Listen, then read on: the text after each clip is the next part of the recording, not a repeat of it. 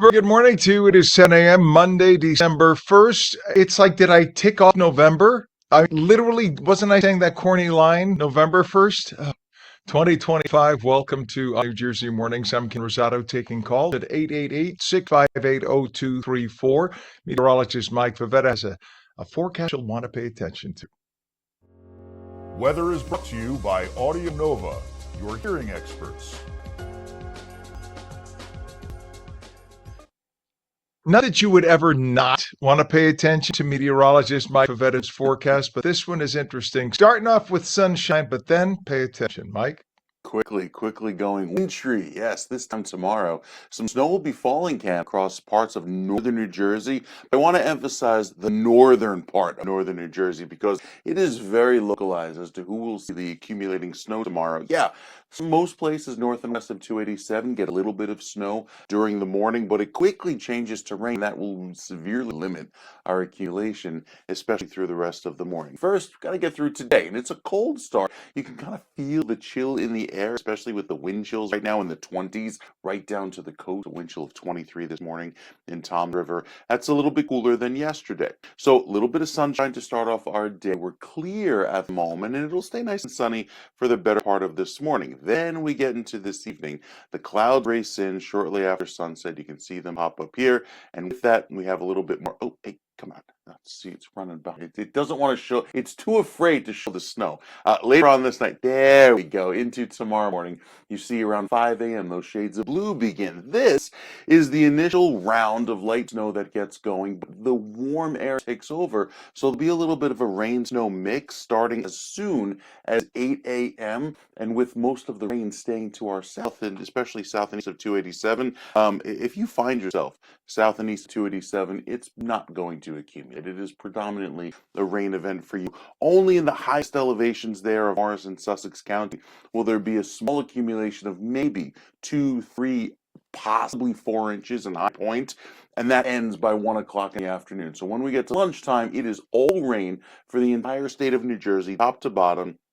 And then the system's out here by later tomorrow afternoon. So a very quick hitting system. Yes, it'll be raining and snowing for a good clip in the morning, but it's not an all-day event, and it really wraps up quickly. Look at the snowfall accumulations. By 7 a.m., you get just a dusting there toward Morris County before it all changes over to rain. And then again, maybe on the highest end there at High Point, about 4 inches. The rest of Sussex County, anywhere from 2 to 3 inches. And again, that's done by around noon tomorrow. So a quick moving system. We're locked in with the cold, though. That doesn't go anywhere. Our actual air temperatures dip down into the 20s and even some teens by early Thursday morning and Friday morning. So very chilly weather on the way, and it stays cold even right through the weekend, with another possibility of some snow and rain by the weekend. So there's our wet weather for tomorrow, wintry for some, and then cold sticking around for the rest of the weekend. We'll talk more about that snow forecast coming up with your next weather update in just a few minutes. Call it a snorecast. Snow forecast. I mean, you meteorologists love to elide like that. Why not snorecast? I think that works. I'll patent that. I'll try it. All right, Mike. Thank you very much. We will be paying attention. In terms of traffic, we have a down tree on Route 175, both directions north of Route 29 and Ewing Township, with all lanes closed there. Crash on 287 northbound at exit 12 Franklin. The right lane closed. We have a crash investigation, Route 73, both directions, south of Route 692, Franklin Ave in Berlin. All lanes are closed northbound. One lane is closed south. We have a crash on Route 55 northbound, south of exit 58, Deptford Center Road in Deptford. One left lane is closed. And a crash on the GSP southbound, exiting at exit 41, which is Jimmy Leeds Road in Galloway. We have a down pole on Route 9 northbound north of 8th Street in Lakewood. All lanes closed there. And another crash back over to the GSP on the Garden State northbound north of 82A, Route 37 West Toms River Township. All lanes open to traffic, but things are heavy. Delays already going into the Holland Tunnel right now. We're told it's 25 to 30, which is a lot for this hour for the Holland Tunnel. Lincoln Tunnel is 30 to 35. We look at the GWB upper and lower levels, the approach to Manhattan, absolutely jamming. We're talking 40 to 45 minutes already at 7:05 in the morning. Well, you heard Mike talking about it. Parts of New Jersey could be blanketed with up to 5 inches of snow this week as a potential nor'easter is set to hit the East Coast. The storm would likely hit tomorrow, starting with flurries early, like this time tomorrow. Areas closer to New York and the shore would then shift to rain, while higher elevation, so as Mike said, extreme northwestern New Jersey, they could see some accumulation. But wait, there's more. A polar vortex is also set to hit the U.S. this week, plunging half of the country into below freezing temperatures. 7:05, 7:06 right now. The U.S. has ordered airspace shut down over and around Venezuela, and President Trump has issued an ultimatum to dictator Nicolas Maduro: step down, take your family, and leave at once, or else. Venezuela's allies, Russia and China, have slipped away quietly as if to say, hey, bud, you're on your own. Maduro asked to retain control of the military and to be immune from any prosecution internationally, to which Trump responded with an immediate, no. Ciao, get lost. Just miles off Venezuelan coast, the U.S. has 15,000 troops on 11 warships and the aircraft carrier USS Gerald R. Ford. Rumors yesterday suggested Maduro's presidential plane had already flown him to the border with Brazil, where he may play a waiting game. Maduro seized control of Venezuela after many say that he lost the presidential election in 2024 to opposition leader Maria Corina Machado. Under Maduro and before him, fellow socialist Hugo Chavez, millions fell into destitute poverty, unable to get even the most basic food staples, while the Maduro government made billions seizing control of the nation's oil industry. Yet another example of a failed totalitarian socialist regime, which makes you wonder how a democratic socialist got elected mayor of New York when this is what socialism results in. Time is 7:07. 4 people were killed, 10 others hospitalized with injuries following a shooting at a California banquet hall where a family was hosting a celebration Saturday. Gunfire broke out around 6 p.m. in Stockton during a children's birthday party of all things. The victims included children and adults. Video shows one of the victims being given CPR. You see there right in the left, there you go, the left side of your screen. Police are looking at the possibility there was an intended target.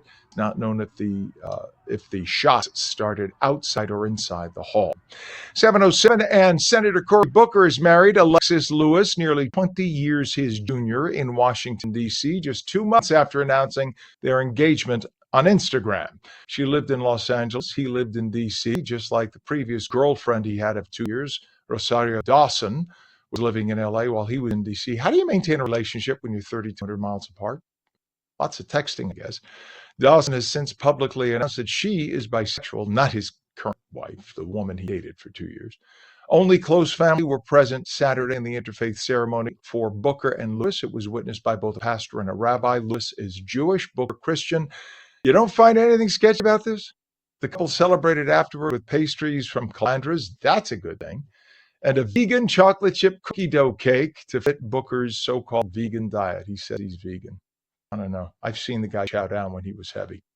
It is 7:08, and several people were arrested as protesters gathered outside a Manhattan garage Saturday amid reports that federal agents had gathered there for an immigration raid. The NYPD responded to a call for a disorderly group in lower Manhattan about noon. The police say they found a number of protesters blocking the street and exits, as well as throwing objects, people, and cars. The confrontation appeared to force agents to postpone the raid, and federal agents were blocked by protesters at the exit of the garage. You could see all this stuff happening right here. It was an arrestable offense if they were blocking the agents, if they were interfering with police activity. Protesters ignored orders to disperse, and so a number were placed under arrest. 7:09, thanks to the Biden administration's open-door policies, the Department of Homeland Security says more than 5,000 Afghans brought to the U.S. after American forces withdrew from the country got flagged for national security issues. In all, the feds uncovered what they call potential derogatory information on nearly 7,000 people who came from Afghanistan as part of President Biden's Operation Allies Welcome in 2021. Of that number, over 5,000 came up with a national security concern, while nearly 1,000 had public safety concerns, and another 1,000 were flagged for fraud. The shooting of 2 National Guard troops, allegedly by suspect Rahmanullah Lakwanal, was or has prompted an urgent look at other Afghan refugees. So much for the Biden administration saying the Afghanis were vetted before they were let in. Nobody was vetted properly before being let in. And now we have 10 to 20 or maybe even 30 million people in this country. We don't know who they are or where they are or why they're here. 710, how about a job that pays you 200 grand a year straight out of college? There is a career path that far too few American students are pursuing, the merchant marine. Graduates from the country's maritime academies can earn that or more as a commercial sailor with free food and private accommodation. Imagine 200,000 plus a free place to live and food. That's crazy. It's like an extra 30, 40 grand right there. Coffee breaks come with an ocean view. At night, the sky explodes with stars. Despite paying the perks, maritime jobs go begging, and it's raising national security concerns. America is short of commercial seafarers for cargo fleet that President Trump wants to see grow. Very little cargo currently moves in American flagged ships, partly because just not enough staff. 7-Eleven, getting drunk may have helped humans evolve to where we are today. Humans and some great apes have adapted to metabolize alcohol 40 times more efficiently than other primates. This genetic change gave us the ability to consume fermented fruits to survive while other animals couldn't. That, according to a recently published paper by researchers from the University of St. Andrew and Dartmouth. The ancient mutation might be the driving force behind agriculture and civilization, allowing us to have survived to the present day. See, we were able to eat anything, including rotting fruit. Other animals ate the rotting fruit and got sick and died. So that's what allowed us, because of this mutation, to survive on the rotting fruit. Kind of amazing. 7:12 is our time. Our temperature is 37 degrees. Lots of sun early, partly cloudy later. It'll be breezy and chilly. Highs today, upper 30s. Then look out for a possible nor'easter developing tomorrow, as Mike said. Rainier toward the shore and toward the New York area as you get toward the eastern part of the state. But as you get west and far north, you could see some accumulation, 2, 3, 4 inches possible. Certainly, though, it'll begin with some kind of mix on the ground. So tomorrow morning at this time, give yourselves extra travel time. Mike will be back with the full Garden State forecast, and we'll take your calls at 888-658-0234. 888-658-0234. You're watching on New Jersey Mornings on your Monday morning. Don't go away. We're coming right back.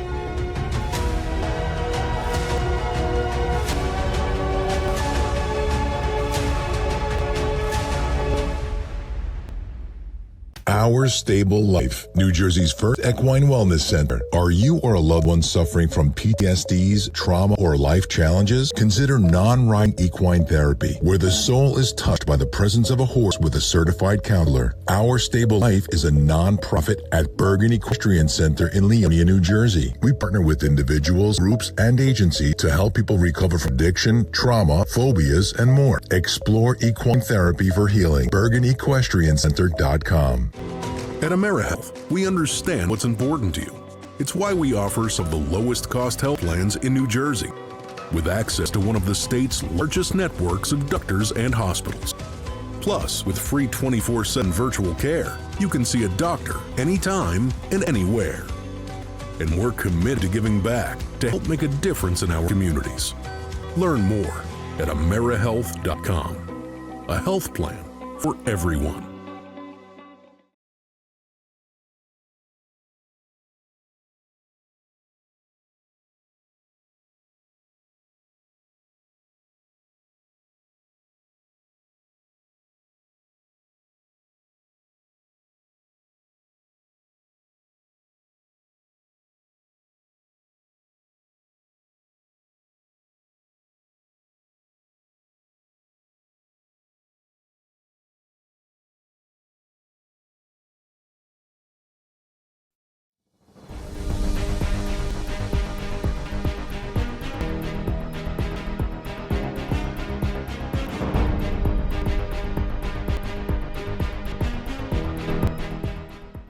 Welcome back to New Jersey Mornings for your Monday. I'm Ken Rosato at 7:15. We'll take your calls at 888-658-0234. Lots of sun early, partly cloudy later, breezy and chilly, highs upper 30s, then a possible nor'easter developing tomorrow.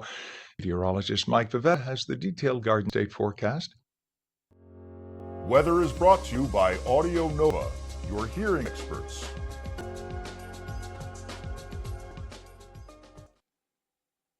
Well, Mr. Mike, the word nor'easter makes me kind of get shivers.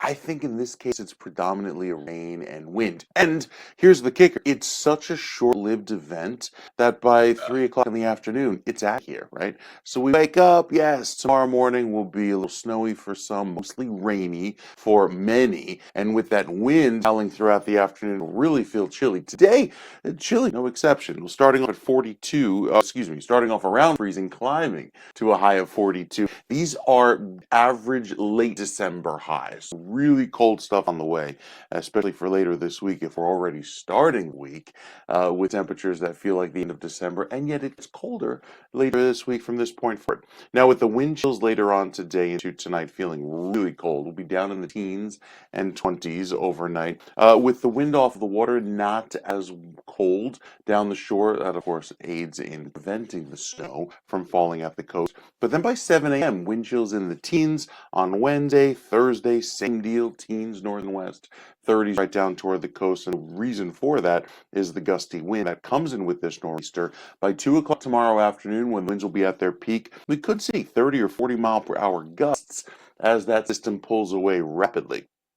So for today, plan on mostly sunny skies. We saw those clouds from yesterday and some showers clear out overnight. And now we begin dry early this morning. As our system gets going, hasn't even developed yet. It's right off the coast here. Will eventually work its way north and east and provide us with a little bit of that wet weather throughout the afternoon into tomorrow end of day. But again, it's a little bit of snow to start. And look at where the line is, really north and west of 287. Maybe some mixing at 5 a.m. right down toward the turnpike, but beyond that, it is a fast changeover to rain. And while it'll be thumping for several hours tomorrow morning, really when we're live during the morning show between 7 and 9 a.m., it quickly wraps up by 9 or 10 o'clock in the morning, transitioning quickly to rain and staying as a heavy rain until about 2, 3 o'clock, and then all gets out of here by dinner time tomorrow. So a very quick moving system, limited accumulations, predominantly because so much warm air moves in. So again, the forecast snowfall total could be up to an inch. There are places like Morristown before it all washes away with the heavy rain that comes in after. And then even for you up in Sussex County, 2 or 3 inches before that quickly compacts and mostly washes away with the heavy rain that moves in throughout the afternoon. Beyond that, we are locked in with the cold. It stays very chilly with some flurries on the way by Thursday. Some pretty cold weather on the way through the rest of the week and staying that way even into the weekend with another potential system that moves in as soon as Saturday. A little bit of rain and snow changing over to just cloudy skies by Sunday, a high of 40. So some very cold weather that sticks around with us, Ken, at least for this week. Sort of like the relatives who won't leave the couch after Thanksgiving. I got you. We got it down. Thank you so much. I hope you had a good one, by the way, Mike. We haven't talked since. Wonderful. I'm sure we'll talk turkey later. Thank you, Mike. Appreciate you. Let's look at traffic right now. Let's go over to 287. This is in Franklin Township. Look at this mess. 287 northbound at exit 12, Route 623, Franklin Township. We have a crash causing what you see there. And look at that. We got an emergency. Was that an emergency vehicle? Maybe. I thought it was an emergency vehicle on the shoulder. Nonetheless, stay off the shoulder, please, to allow the emergency vehicles in. So this, again, is 287 northbound exit 12, Route 623, Franklin Township. The right lane is closed, and you got about a 1.5 2-mile delay there as a result. Down Tree, Route 175, both directions affected north of Route 29. Ewing, all lanes are closed. Crash on Carson Road northbound, approaching South Bridge Road in Elizabeth. Center lane is blocked there. Crash investigation on Route 73, both directions by Franklin Ave in Berlin. All lanes closed northbound, a left lane closed southbound. We also have a crash on Route 55 northbound south of exit 58, Deptford Center Road in Deptford with the left lane closed. Over to Garden State Parkway, crash on the GSP southbound exit 41, Jimmy Lee Road in Galloway. Another issue on the Garden State northbound north exit 82A, Route 37. west in Tom's River. All lanes are open, but there are a lot of delays there. Over to Route 4. Look at this in Hackensack. Every time I say Hackensack, I think of Billy Joel. But nonetheless, take a look at this mess. This is a problem on Route 4 eastbound from Kincomack Road in River Edge to east of Queen Anne Road, Teaneck. All lanes are open. This is just a mess of delay right through the Hackensack area right there that we're showing you on the screen. Our other delays right now, we have a 30-minute delay right now making your way to Manhattan across the Holland Tunnel through the Lincoln. It's 35. And look at the GWB upper and lower levels, 80-95 approach, bumper to bumper. This is going to be the case for the next 3 weeks. This is what happens every year leading up to and just beyond Christmas until you get to the first week of January. It's just a lot of goods being delivered into Manhattan. People are in town, and this is what you get as a result. So it's going to cost you 45 minutes into Manhattan, 80-95 approach on the GWB. 7:21 is our time, and the Wall Street Journal reporting that U.S. officials fear India may be trying to cover up the truth about that deadly Air India plane crash which killed 260 people. Just one passenger survived when Flight 171 crashed seconds after takeoff. U.S. investigators believe the captain deliberately cut off the engine's fuel supply, thus crashing the plane. Some U.S. officials fear the Indian government will try to blame mechanical faults with the plane. Indian observers, however, believe the U.S. is overlooking flaws in American-made planes, although no Boeing Dreamliner has ever suffered a fatal crash before. That's the 787. It's never had any of the problems some of the other Boeings have had. 7:21, Fulton County, Georgia Democrat DA Fani Willis's case against President Trump is over. The judge agreed to dismiss the racketeering case against Trump last Wednesday. The Georgia Supreme Court upheld a ruling disqualifying Willis from the case in September. Willis was caught lying when she claimed she paid all the special prosecutors working on the case the same hourly rate when she was actually paying her boyfriend attorney way more. Have you ever heard of the term scromiting? It's a real word. Scromiting is when somebody screams and violently vomits. I'm sorry to talk about this at breakfast time, but this is serious. The condition is usually related to constant long-term pot use, because pot today, THC levels are 30 to 40%, when even before I was a kid, they were at 2 or 3%. So this is significantly higher doses of THC. Smoking pot every now and then, a hit of a joint, is not going to cause this for most. But for some who smoke 4, 5, 6 times a day but insist they're not addicted, you are. Most doctors are saying that. Regular exposure to the high THC levels in today's marijuana can overstimulate the nervous system, doing just the opposite of what you think it might do, causing many to develop nausea, abdominal pain, and scromiting, where you literally feel like screaming, and as you go to scream, projectile vomit. Sorry to be gross, just telling you the story.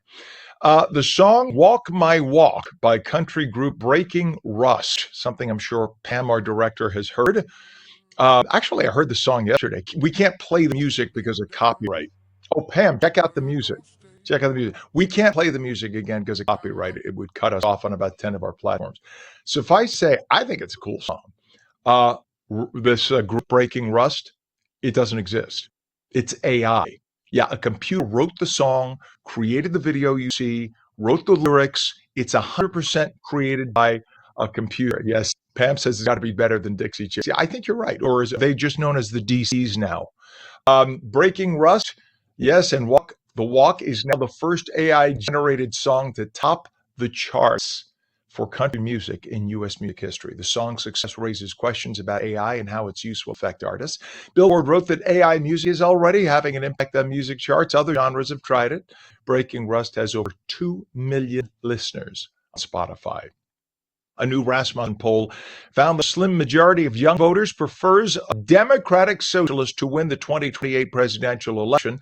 The survey of voters aged 18 to 39 showed 51% favored a Democratic socialist. 27% of the respondents cited their parents as influencing their decisions. So maybe mommy and daddy were kind of pot-smoking hippies in their time. 17% cited videos online or podcasts. A 54% majority also said their parents or guardians were favorable toward democratic socialism when they were growing up. So that suggests something right there. 7:25, it looks like Russia's spaceships aren't going anywhere anytime soon. The country's launch of 3 new crew members to the International Space Station last Thursday resulted in lots of damage to the country's only active launch pad for crewed space flights to the orbiting lab. The service platform collapsed as the Soyuz MS-28 crew was launching to the space station. The platform is needed in the preparation of boosters launching from that pad. 725, new revelations expose how a web of left-wing nonprofits tied to billionaire George Soros are actively undermining the U.S. military. The scheme came into focus following that big viral video where 6 activists urged military members to rebel against so-called illegal orders. Remember, they basically implied that President Trump was giving illegal orders that you don't have to follow if you're in the military. Arizona Democrat Senator Ruben Gallego confessed on national TV in the last week that a detailed script had been distributed to Democratic lawmakers to do that video, and that he did not want to take part in it. He thought it was immoral. Now it appears George Soros' billions were behind the strategy to target our troops. The FBI will be interviewing all those lawmakers, especially the senator from Arizona, behind the potentially seditious video. Jihadism is growing in Madrid, Spain. An 18-year-old Moroccan man launched a knife attack in broad daylight, stabbing 3 people before he barricaded himself inside a home, shouting Allahu Akbar as he slashed at pedestrians. The teen sparked panic across the Spanish capital as people ran for their lives. Spanish police were forced to shoot the attacker dead. Authorities are now treating the episode as an Islamist terror attack. And you want to get a tattoo, eh? Well, maybe you should reconsider. There's a new study published in the Proceedings of the National Academy of Sciences in the United States of America showing tattoo ink could affect your immune system in a big negative way. The ink drains into your lymphatic system and accumulates in lymph nodes, impacting immune cells and triggering systemic, inflammation that could last for months. As many as a third of American adults have some kind of tattoo somewhere on their bodies. 727, when we come back, a new take on a Christmas classic. We will speak the stars of Ebenezer the Traveler. I checked it out last night. Very cool show. The phone lines are open. We'll take your calls at 888-658-0234, 888-658-0234. Lots of sun early today, then becoming partly cloudy later. It'll be breezy and chilly. Highs in the upper 30s. Then we could see a possible nor'easter developing tomorrow. We will start out with a mix of snow and rain early. Accumulations, though, will really only occur in the extreme northwestern part of the state where they could get 2 to 4 inches. Most of the state will just get kind of a little slush or rain. Mike will be back in just a moment with the details. You're watching ONNJ Jersey Mornings on your Monday. We're coming right back.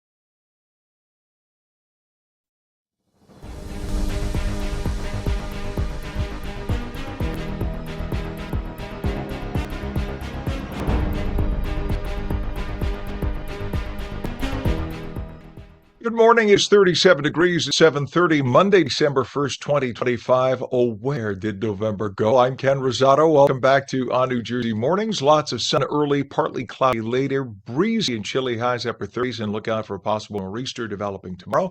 Meteorologist Mike Favetta will be here in just a sec with the detailed Garden State forecast. Weather is brought to you by Audio Nova, your hearing experts.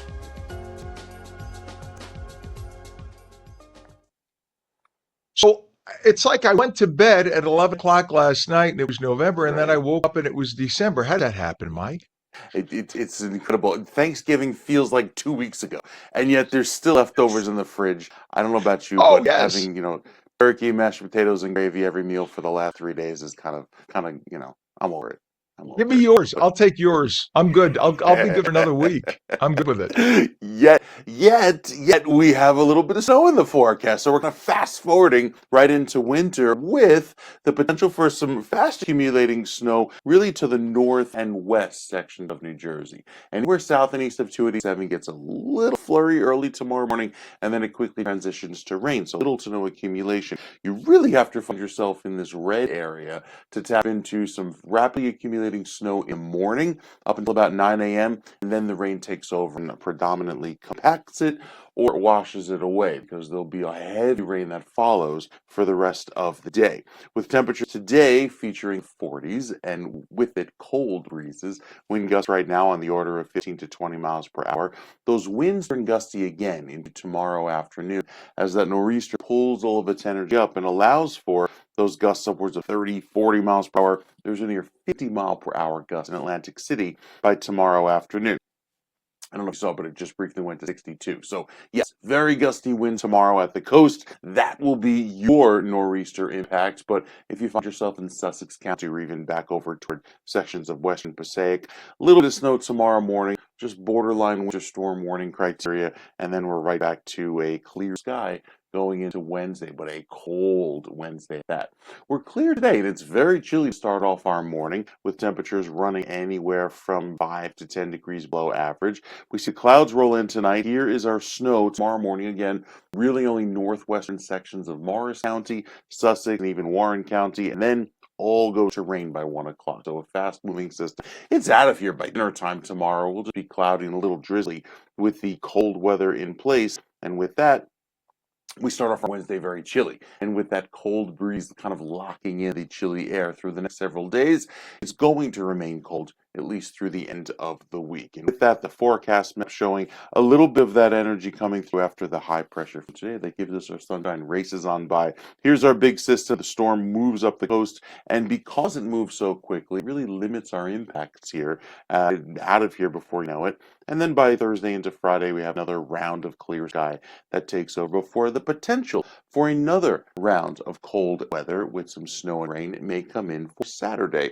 Of course, that's after all of the brutal cold with temperatures in the 20s each morning, wind chills in the teens, highs barely making it above freezing even by Friday. And then Saturday could have our next round of rain and snow, but that's a while away. Let's take it one system at a time. We'll take another check of your forecast and coming up in just a few minutes. All right, sir. Thank you very much. We have a lot of traffic to talk about, Mike, and it's all your fault. No, I'm kidding. It is not Mike's fault. 37 degrees right now, by the way, in northern New Jersey, 33 in Renton, 34 in Vineland, and 34 in Cape May. Looking at traffic now, we go over to Route 73, and this incident is a crash investigation in both directions at Franklin Avenue in Berlin. All lanes are closed northbound. The left lane is closed southbound. Look at this absolute mess. You can see the emergency vehicles on the scene there. And, if for a local road, this is an absolute mess, causing a big problem. This is what takes you over to several of the major highways. So all the people who live in that part of Berlin Township, they would normally come through there to get to their highways. So at this hour, you can see the mess that's causing. We also have issues on Route 175, and this is in Ewing Township, both directions affected. North of Route 29, all lanes are closed now because of a downed tree across the roadway there. Let's go over to Route 4. This is a problem, a crash. We have eastbound west of River Road in Teaneck. The left lane is closed there. Sorry for that camera shot, just the sun glare on the glass, but look at the absolute mess. both sides affected on Route 4 Teaneck. We have a problem right now reported on Route 55, a crash northbound south of exit 58, Deptford Center Road, Deptford. The left lane is closed there. And we go over to 287 north of exit 12, Route 623, Franklin Township. The right lane of 3 lanes closed. Look at the damage that's causing for folks trying to get to work. Aren't you glad you're home right now watching this? I would dread getting out on the roadway. Down pole on Route 9, northbound north of 8th Street in Lakewood Township, all lanes closed. Over to the GWB approach right now, and I should mention 30 minutes to get in on Mulholland, 35 of the Lincoln, and the GWB is now solid 45 minutes, upper and lower levels, 80-95 approach, all bumper to bumper. And this is all folks getting deliveries, a lot of trucks getting the toys and the food in Manhattan for all the visitors and all the shopping. 7:36 right now. Thanksgiving has just passed. Christmas just over 3 weeks away. That'll send shivers down your spine. Many of us love to catch Christmas classics at the movies or on TV, but how about a new take on a Christmas classic? Ebenezer the Traveler was released a year ago this week. It is a sequel to A Christmas Carol. See, Ebenezer Scrooge has his famous redemption, but then he's murdered the next day and wakes up in the afterlife. Sounds like a very Jersey plot. He gets sent on a mission to cross through time and ends up in modern day Oklahoma. Amanda Ray Dodson plays Ebenezer's beloved sister, Fan Scrooge, and Jerry Parisi plays the man himself, Ebenezer. We welcome both. Good morning, Jerry and Amanda. Good morning. I got to ask Jerry, because I checked this out last night for the first time. First of all, it's a great show. You guys do a wonderful job. And when I saw the beginning, right at the beginning, without giving away too much, when I saw right at the beginning that you're in Oklahoma, I was like, what? How did they, what? Only a Jersey mind had to come up with this. So what did you first hear about the movie, and how did you both get your parts? Let's start with Jerry. Well, first of all, I am one of the executive producers along with Joe Valenti, my wife, Joanne Parisi, and a whole host of other producers. And Amanda has been a friend of mine and a great actress many, many years. So we all got together, we started coming up with some thoughts on this. And because of the many different Christmas Carol venues that I did in my lifetime, I always needed a backstory. Well, this became a backstory. And we said, well, what would happen if this moved to the future and something exciting would happen, not at the end of A Christmas Carol, but 3/4 through the way, and take that shift over? And that's exactly what Ebenezer the Traveler is, a shift over. It is known as the untold twist. I love that. I love that, because it's like, here I'm thinking a bunch of you were having a glass of wine a few years ago and you said, hey, what if we took Ebenezer? See, you're laughing. It happened. Yeah, I knew it happened. All right. So this is certainly a new take on classic. So do you think your respective characters, you take them on that roller coaster ride through history, do you think that still helps preserve A Christmas Carol for folks who are looking for that? I loved it. So let me hear, spoiler alert for folks too. Yes, it does. But were you concerned when you decided to do that it might take away too much from the original Christmas story concept? Not me, because I knew we had a great writer by the name of Leland R. Prater, and he's out in Oklahoma, which is one of the reasons we were in Oklahoma. We did shoot many scenes in Long Island. We did shoot in Staten Island. We also shot in Toms River, and we also shot in Hopewell. And then we went on to the sets in Oklahoma, 3 of them.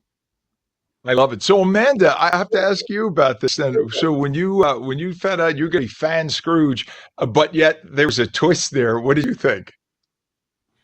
I thought that it was an amazing opportunity to bring this character to life. Throughout all of the renditions and the remakes, even with Scrooge McDuck, there are so many Christmas carols and Dickens stories and movies, and you don't really know anything about her. So I felt like this was a really exciting opportunity to take some creative liberties and to kind of bring her to life and do her some justice a little bit, give her a voice, give her a purpose. And it was very exciting. Yeah, it was like an amazing opportunity.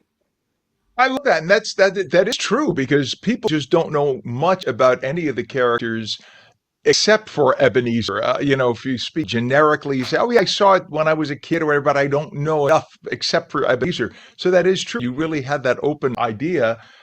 You can be very creative. And let's go back to Ebenezer himself there, the Ebenezer incarnation. So it almost sounds like being a Jersey kind of guy, that it was like The Sopranos meets Ebenezer, and that he gets murdered. So when you decided on the murder thing, you could have done anything. You could, I mean, he could have gone to hell. He could have gone. It was sort of a purgatory that he ends up in, right? Right, that's right. It is sort of a holding place at the village. It's a great scene that was shot right in Staten Island, where the four of us are walking through scenes, and my sister Fan here is explaining to me exactly what it is, because she's able to transfer. She's been passed on longer than Scrooge, and of course, with that understanding, she takes the reins. Though I don't know she's my sister. Oops, spoiler alert. And she basically explains out the different situations to him. And that's what she does to explain portions of the story that go on. I love it. I should ask, is there another Ebenezer in the works down the line right now? Yes, sir. Ghosts of Futures Past. That's the I sequel. love it. I love it. And I should mention to people, I did a little peeking around online. I saw that when you started, it was December 4th, I guess, dropped last year, that you were one of the most downloaded holiday shows, right? It was a huge download. People really got into it. We're very proud of that, and we do get every quarter how many people do watch it. And amazingly enough, the DVDs also get sold. And who thinks they even have DVDs and Blu-rays out there? But we've got samples of that, and Joe Valenti and Anthony Rodriguez, who I should mention, wrote the main songs. And of course, we now have 33-inch vinyl records for that. We've got our books out there written by Leland. And of course, all of this is excited by the five stars of the movie: myself, my sister Fan, Leland Prater, and of course Austin Shane, along with Michael Bertolini, who plays Jacob Marley. I love it. Just in time for the holidays, available on Amazon Prime Video, Apple TV, with ads on the Roku channel and Tubi TV. The movie is called Ebenezer the Traveler. It's the next chapter in A Christmas Carol. Actors Jerry Parisi and Amanda Ray Dotson, and executive producer, I should say. Thank you so much for coming on this morning. A very Merry Christmas. I'm going to go watch it again. I loved it. We're honored. Thank you very much. Thank you. God bless you both. Thank you. All right. Very cool show. Check it out. 30 degrees right now. Lots of sun, early, partly cloudy, late, breezy and chilly highs, upper 30s. We're coming back in 2 minutes. You're watching On New Jersey Mornings.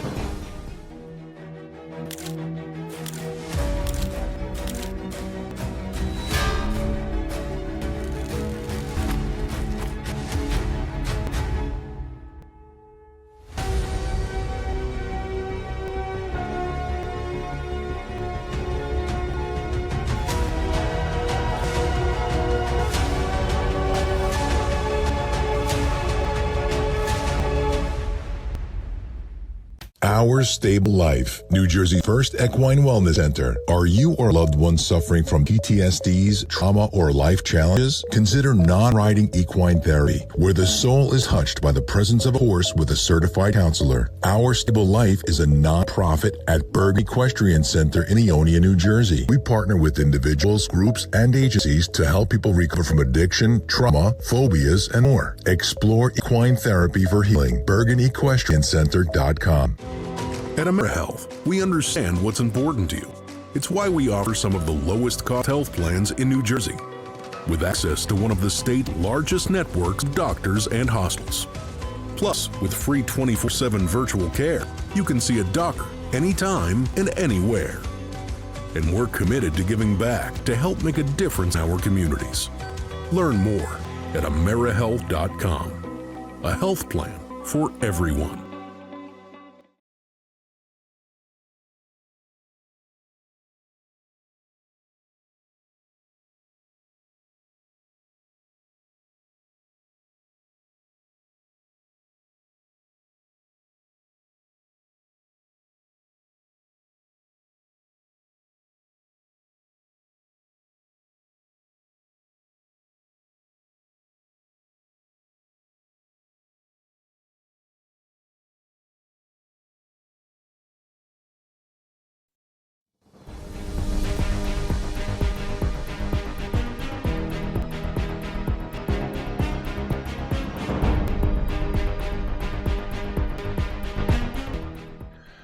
Welcome back to New Jersey Mornings. I'm Ken Rosato. It is 7:45, and we'll take your calls at 888-658-0234. Lots of sun early, partly cloudy later, breezy and chilly, highs upper 30s, then the possibility of a nor'easter developing tomorrow.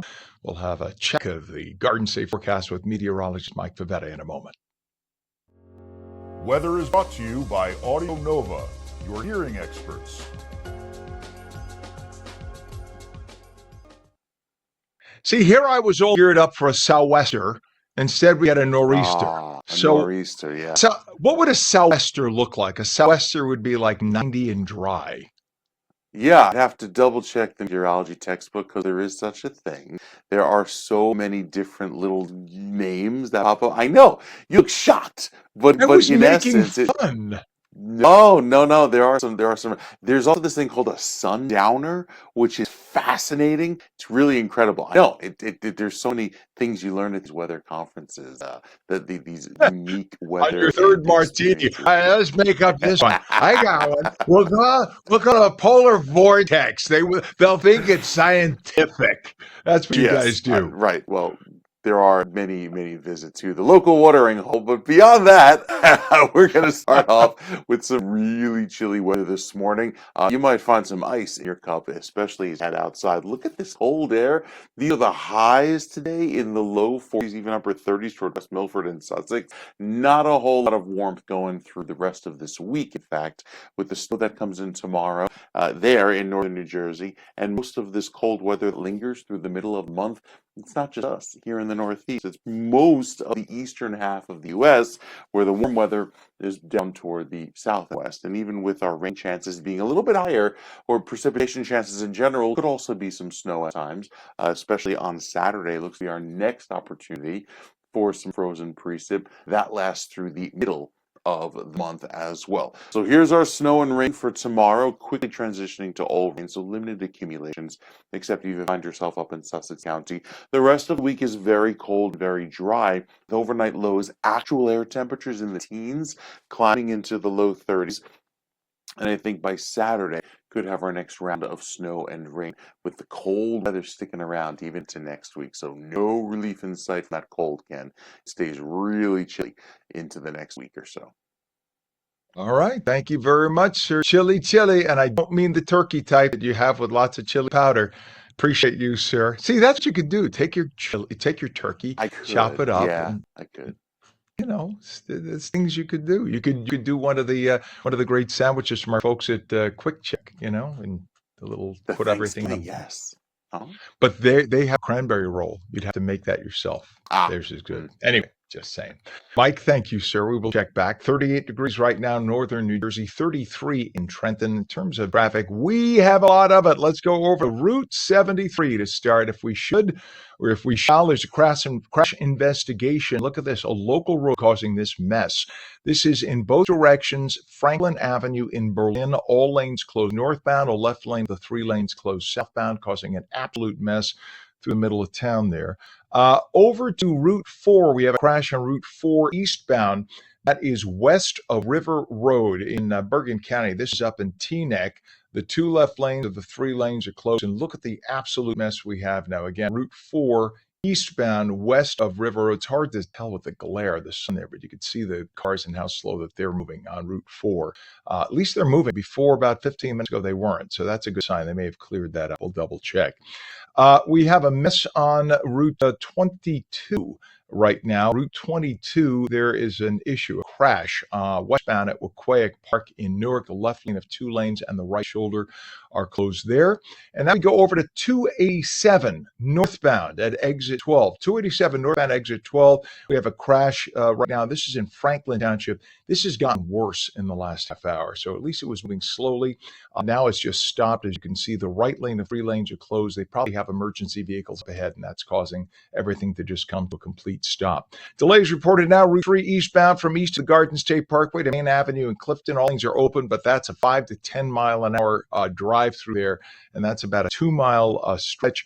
And then what was the other one I told you to get there, Pam? Do you remember? I can't remember because I got so many on my 22. All right, yes, let's go to Route 22. Thank you very much. See, Pam knows. This is Route 22 at Vossler. You could see well, it may have cleared up a little bit. That's probably why it disappeared from my screen. Yeah, so that was a bumper-to-bumper mess just a few minutes ago, the traffic coming towards you. This is Route 22 at Vossler, but now, thankfully, that is moving. The approaches to the Hudson River, the Holland Tunnel, is going to cost you about 30 minutes in. Lincoln is 35 to 40. GWB upper and lower levels, 80-95 approach has been a mess all morning. See, it's a little better on the left side for the upper level, lower level, much heavier on the right. 7:50 right now, and the holidays are here, and the American Theater Group is taking us back to the days of radio on stage. You heard right. ATG is presenting the classic It's a Wonderful Life radio play this Friday through Sunday at the Szymanski Theater in Basking Ridge. Then December 12th through the 21st at the DMK Theater in Union. To tell us more about the performance is American Theater Group producing artistic director Jim Vagias. Jim, good morning. Good to have you on. How are you, Ken? I'm good. I want to make sure because I want to make sure the pronunciation. If it's Greek, it's Vagias, and if it's Latino, it's Vallas. Good. All right. So I knew it could be either. So last night when I was going over my notes, I'm like, I don't want to mess this up. All right. So Jim Vallas. Appreciate it. You're not good, first. Sir. You certainly have my attention because I love radio. I've been on the radio and TV in the tri-state 46 years. Radio certainly owns my heart because of the intimacy of the medium. I'm on WOR radio to this day. So when did ATG decide to perform the radio version of this classic, and what unique challenges does performing a radio show in front of a live audience present for you? That's a great question. ATG's been around for about 13 years, and we like to do things a little bit differently than we normally do. So, for instance, we just did Our Town, but we cast a lot of the townsfolk with New Jersey drama teachers, slightly different than it's normally done. With It's a Wonderful Life, we thought this is one of America's classic films. And we wanted to be able to give it to our audiences in a way they don't expect it. So we have 5 actors on stage playing all the roles, every single role in the story. And then we have a Foley artist, a sound effects artist who makes the sound effects. So you can watch the actors, they go up to microphones, they perform as if they're on the radio. And every once in a while in a rehearsal, I'll close my eyes and just try to imagine what it must have been like sitting next to a radio back in the days of radio and just letting my imagination soar. And it's wonderful. It's exciting. The cast is just delicious. They're delightful. You're gonna feel all the joy and sorrow and fun of the film, but you're gonna see it live in front of you. So, for instance, we'll have a sound effect, and when George Bailey is running in the snow, we have cornflakes in a pan. And our sound effects artist, our Foley artist, just puts boots down and crunches the snowflake, the cornflakes, and it sounds like you're in the snow. And this was really done. I mean, think about it. These were pioneers who did this. I was one of the last disc jockeys at WNBC radio back in the day, 66. Wow. And, I was in the studio. I used to work in the studio on the second floor where they did that. They had Toscanini, had the orchestra there. And literally, I sat on the floor it was built on rubber bumpers so you wouldn't hear the noise with the ribbon mics. I mean, so I experienced the tail end of this. And you almost bring tears to my eyes that you're bringing it to audiences, especially younger people who maybe wouldn't even read about this, and you're letting them see it. So, exactly. I mean, when did you come up with this concept and why? I'm glad why, but why? I would love to be able to take credit for the concept. It's not my concept. It is a published script, and other companies throughout the state and the country, for that matter, do It's a Wonderful Life sort of as a radio play. We have a gifted director, Joe Disher, who suggested the idea to me this past summer, and I mulled it over and I thought, American Theater Group has never done a holiday Christmas show. And what better way to ring in the holidays than with It's a Wonderful Life? Now, yes, you can watch the movie on TV, and you can't be Jimmy Stewart and Don Reed, but to see it live, to see it on stage with all the sound effects, and to get the sense of what it must have been like in the days of radio, to go to a radio station and watch talented actors perform a script. And these actors, as I said, perform every single role in the show. So the same actress that plays Vi, Jimmy Stewart's high school temptress, is also playing Zuzu with her old rose petals. The same actor that's playing Mr. Potter is also playing George Bailey's uncle. So it's just a delight to see everybody switching back and forth, all the different roles. Literally, sometimes in a split second, they go from one role to another. Sometimes they'll have an argument, a dialogue, and it's the same actor doing it. This is true acting, and this is imagination, and this is where something like this, the way each individual mind interprets this makes it so much more special as opposed to seeing it on a screen kind of lazily handed to you. This is Yeah. beautiful. This is the creativity and the wonder that radio was. Thank God you're giving everybody a taste of. Uh, what has the response been? You haven't done this yet in public, right? This is still in rehearsals? We're still in rehearsals. We open Friday night in Basking Ridge for the weekend at the Zeminski Theater. Then we move the following 2 weekends to the DMK Theater in Union. We've just started performing there. And we think the audiences are going to just love it and adore the show. And hopefully it'll be a perennial. We hope to do it every Christmas time. But having said that, come see it this time.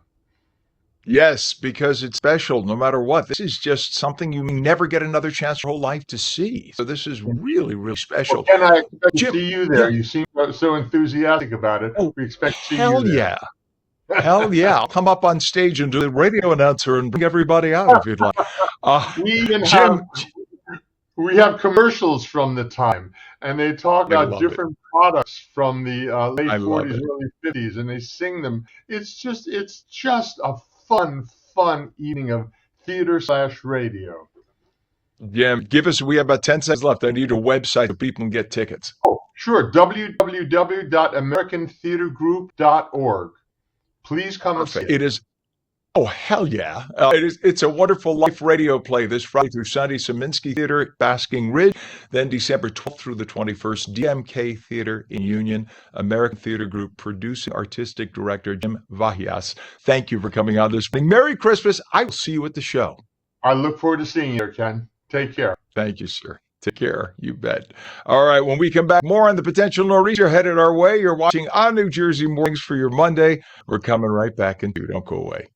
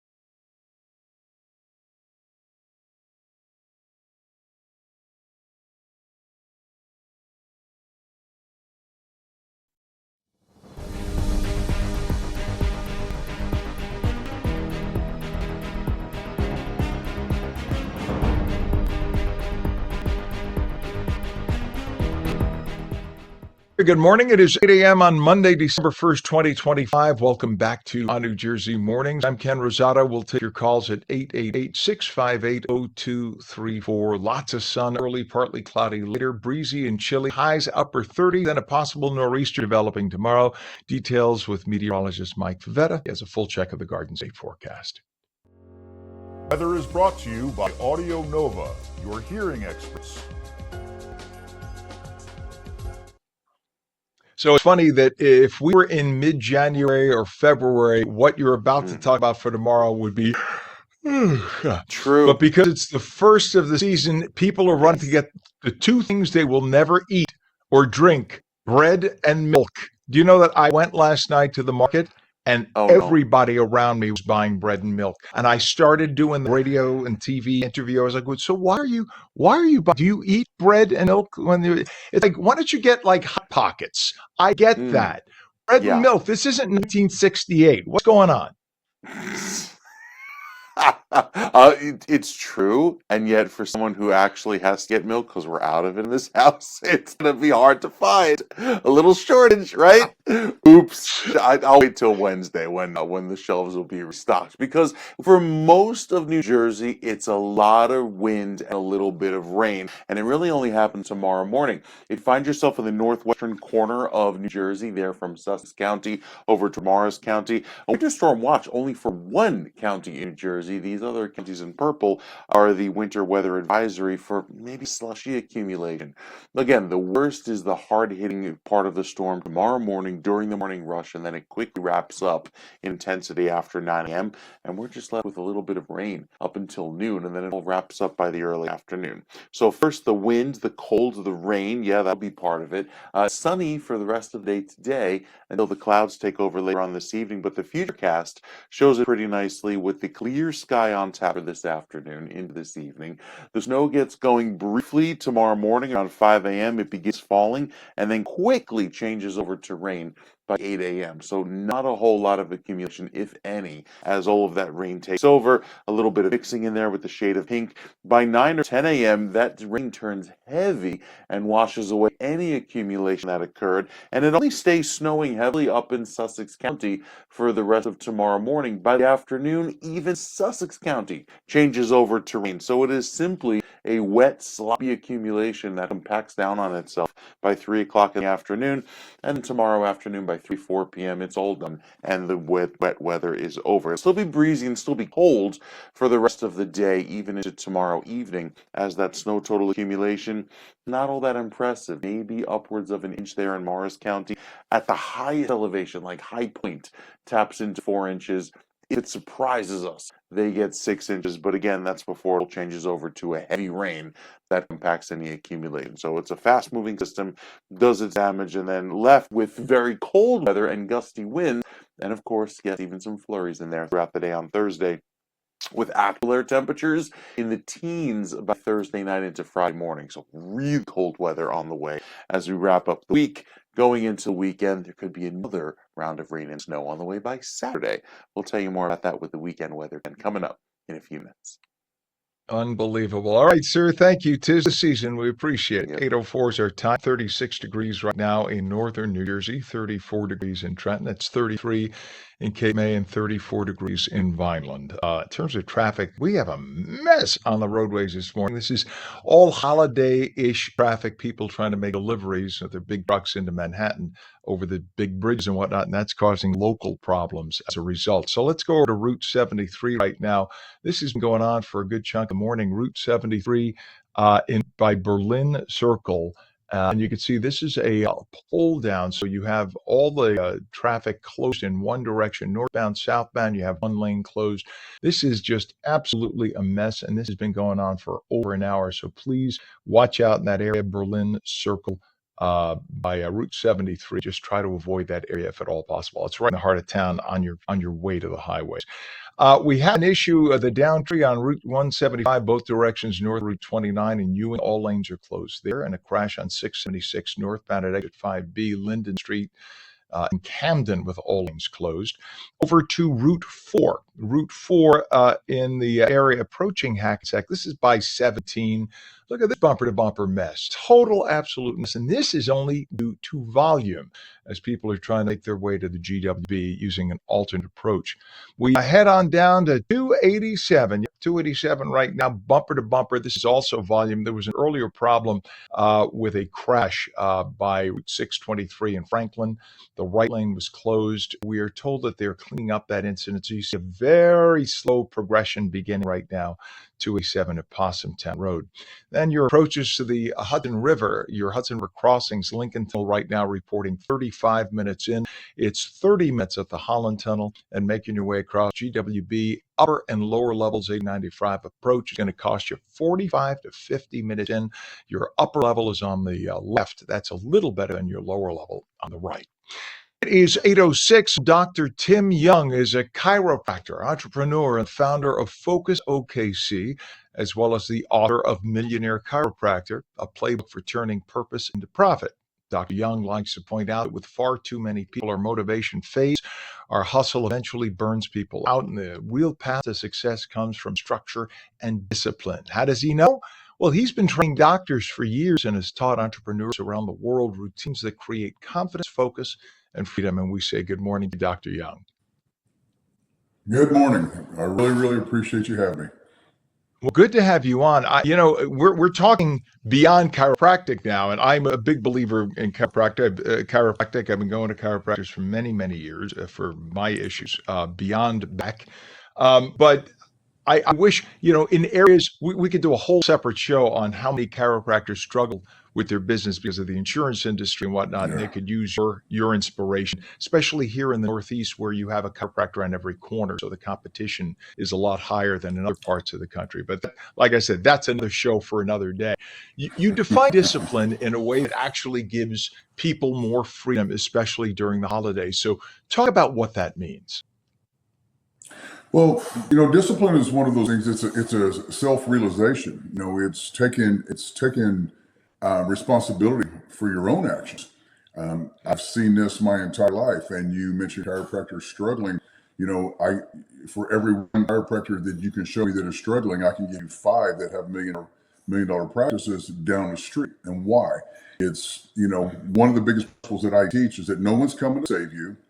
And the biggest principle, everybody that they want to stay disciplined and want to navigate through the holidays is this: who you are is so much more important than what you do, because what you do will be a direct reflection on who you are.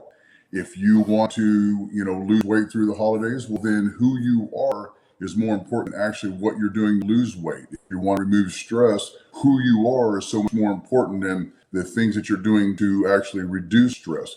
You've got to spend a little bit of time with, looking in the mirror and asking yourself, that person I look at, do I trust them? Do I believe them? Do I respect them? Do I honor them? Do I actually love that person? And then if you can say yes, then the discipline comes easy. But if you say no, or you're iffy on some of those things, then you need to do some, self-actualization and figure out, who this is moving forward. Then discipline comes easy. Discipline is just, all that is a reflection of who you are on the inside. The way, those are the principles that I teach. Yeah, I love that, doctor. And one of the things I think far too many people do is they put things off. It's just easy to just put things out of your mind, worry about it later, and then later never comes. What I have for years done, looking for my phone. My phone is streaming on social media right now, so I can't just put it up. Oh, I have an extra. So that has replaced my address book. I used to have an address and appointment book, and I used to make appointments. I was taught 40 years ago. If you want to get something done, write it down, and then do not stop until you check that off. And that has helped me achieve so much in my life, because then you're kind of forced to reconcile with yourself what you wrote down. You have to answer to yourself if you don't do what was on that list. Do you find that that's true for a lot of people, that they wish they could do something and they never sit down to do it? Yeah, and it's interesting about that list. So many people will do that. They'll hear you and they'll write a list and they'll take the list and put it in their drawer and never look at it again. Dr. Ben Hardy is someone that admire so much, and he says this is, if you want to raise the ceiling, if you want to reach the ceiling of your goals and your potential, then you've got to raise the floor. The distance between the floor and the ceiling if there's further away, it makes it harder to achieve. And the way we raise the floor is the things that we tolerate. We remove unnecessary things. We tolerate so much, like you said, the phone, social media, things that we eat that we know we shouldn't. Movies and TV that we watch at night when we should be out walking and exercising. There's so many things that we tolerate in our lives that lower the floor, and every time you lower the floor, that's just that much further to your ceiling, to your goals. I teach this in a chiropractic practice. Every thought, word, and action has to have a specific purpose. If it doesn't, it's unnecessary and it's irrelevant, and all it does is pull your energy. It distracts you from what you truly say that you want. And this is probably the biggest, Ken, this is the biggest thing I see with everybody that I work with. They say one thing and they do another. I want to get in shape. Yeah, but you haven't been to the gym all week. I want to make more money. Well, yeah, but you show up late at work and you leave early, and every opportunity that you have, you call in. Your actions and your words have got to be congruent. One of my mentors, it comes from the book Atlas Shrugged, my favorite book of all time. The greater the contradiction, the greater the destruction. But even a little contradiction leads to little destructions. And when you add those destructions up, then at the end of the year, then everybody's hustling around trying to figure out what they're going to do now. And then they use January as a rescue mission. And it just doesn't hold water. You have got to maintain this discipline, like we talked about at the beginning, through the entire year. You can write those things down, which is wonderful. And I think it's powerful, but you have to read it. And then it's like writing your workout. I'm going to do these exercises when I go to the gym. Right. But you actually have to go to the gym. And then you have to pull up your exercises. So the point is action. You can write things down, you got to take action on them. Because we're down to about 30 seconds. I want to make sure we get you're the author of Millionaire Chiropractor. What's the website for more info, Doctor? The website for Millionaire Chiropractor is millionairechiropractor.com. And then any information about me speaking and teaching is focusfoundations.com. Like chiropractor, entrepreneur, founder of Focus OKC, and author of Millionaire Chiropractor. Great man, Dr. Tim Young. We appreciate you. Thank you for coming on, and Merry Christmas, sir. Ken, I'm honored. Appreciate you very much. Merry Christmas to you. Thank you, sir. And we're coming back.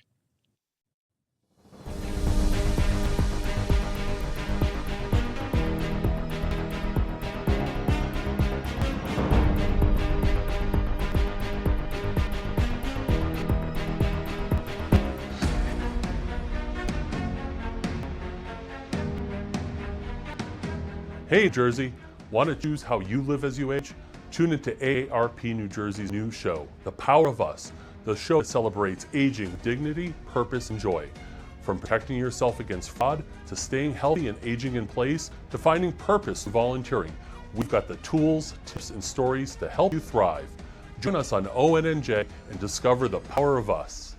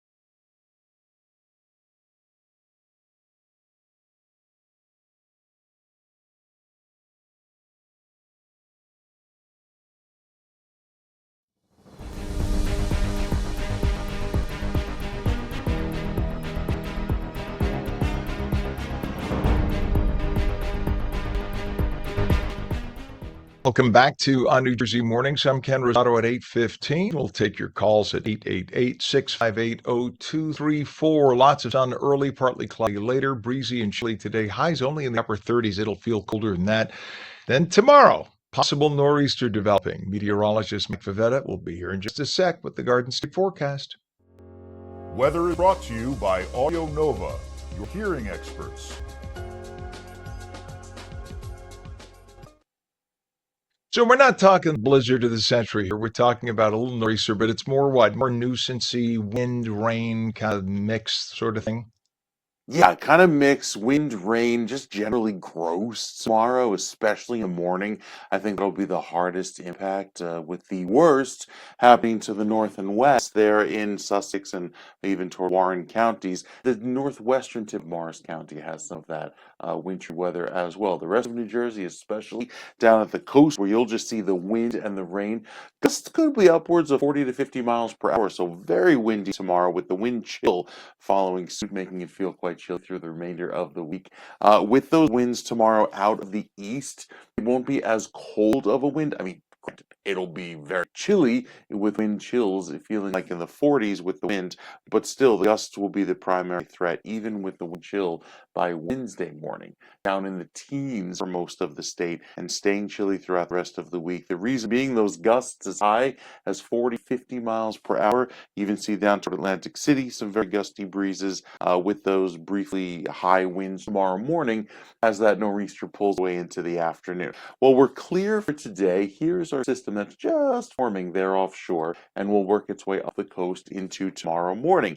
That will lead to the gusty winds into tomorrow morning, leading to the little bit of snow that falls early on in the day, then briefly heavy snow in the northwestern corner of the state, north and west of 287, before it quickly transitions over to a plain rain later tomorrow morning. So yes, there will be some accumulation, primarily in Sussex and Warren counties, in the northwestern corner of Passaic County, and even toward the northwestern corner of Morris County. But that all goes to rain by the lunch hour, and heavy rain. Look at the shade of red at the coast with some very gusty winds there down toward LBI and Atlantic City, and then that all pulls away tomorrow afternoon, leading to just some cloudy, breezy conditions and very cold weather setting up for Wednesday morning. The snow totals likely less than an inch across most of western Morris County, maybe upwards of 2 to 4 inches. They're up towards Sussex County, but again, it's isolated toward the big hills in northwestern New Jersey, where you'll see some accumulation. Elsewhere, just sloppy wet roads. The rest of the week is cold into the weekend. There's likely going to be another round of snow and rain, possibly on Saturday. That one, TBD. We'll take it one system at a time. And Sunday, also featuring the chill with temperatures in the low 40s. So some pretty cold weather on the way, Ken. Got to bundle up or get ready to for the next several days. Unbelievable. Oh, I guess it is believable. You told us, so it's December. believable. Thank you, Mike. December, yeah. I can't believe Christmas is 3.5 weeks away. Say it ain't so. Wild. My gosh. Wild. Insane. My God. All right. Yuck. There you go. All right, Mike. We'll check back, sir. It is 38 degrees right now in northern New Jersey, 34 degrees in Trenton. Lots of traffic to tell you about. Let's go over to I-80. We have a crash. I-80 eastbound, east of exit 54. Look at this. Is that the I-80, Cam? Yes, it is. So that's I-80 eastbound, east of exit 50 for Mini Sink Road in Totowa. The center lane of 4 lanes closed. Look at the bumper-to-bumper mess. We even have some rubbernecking on the other side right now as it comes toward you. So the westbound is giving you a little rubbernecking. Eastbound is where you have the accident. Again, I-80 eastbound, east of 54, Mini Sink Road in Totowa. Try to avoid that if at all possible. We have a problem. Let's see, over on 22, there's a crash. Westbound at Waquay Park in Newark with the left lane of 2 lanes and the right shoulder closed. Now we go over to Route 73, which is Berlin Circle. Look at Route 73. This is a mess, a crash investigation. This has been going on for over an hour.